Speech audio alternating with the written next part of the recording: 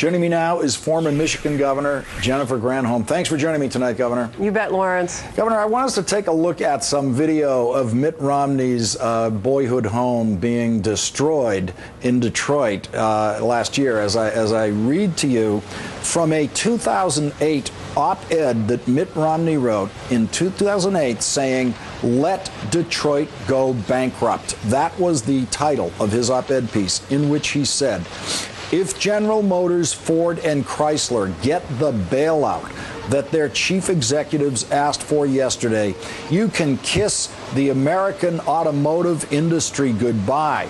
It won't go overnight, but its demise will be virtually guaranteed.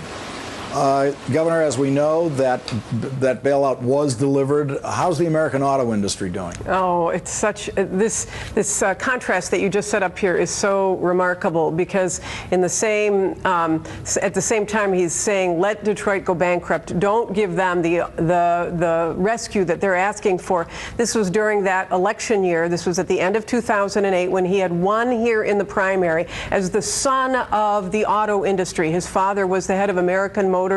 And when he wrote that op-ed in the New York Times, which, by the way, was purely opportunistic, he put his finger up in the air, saw which way the polls were headed, and he goes after his own home state. Throughout the halls of the auto industry, people's hair was on fire. They couldn't believe that they were being stabbed in the back in such a horrible way. So of course, the auto industry now, there was a rescue. In Michigan alone, just General Motors and Chrysler have hired back 12,000 people, over 50,000 people hired back just in General Motors and Chrysler. If this had gone the way Mitt Romney wanted it to go and there was no rescue of the auto industry, then we would have seen 1.4 million people unemployed. In Michigan alone, it would have been a 20% unemployment rate. So now that this has worked out pretty well and that the auto industry is paying back their loans, and the Obama administration's smart intervention has put them on a path of profitability and hiring.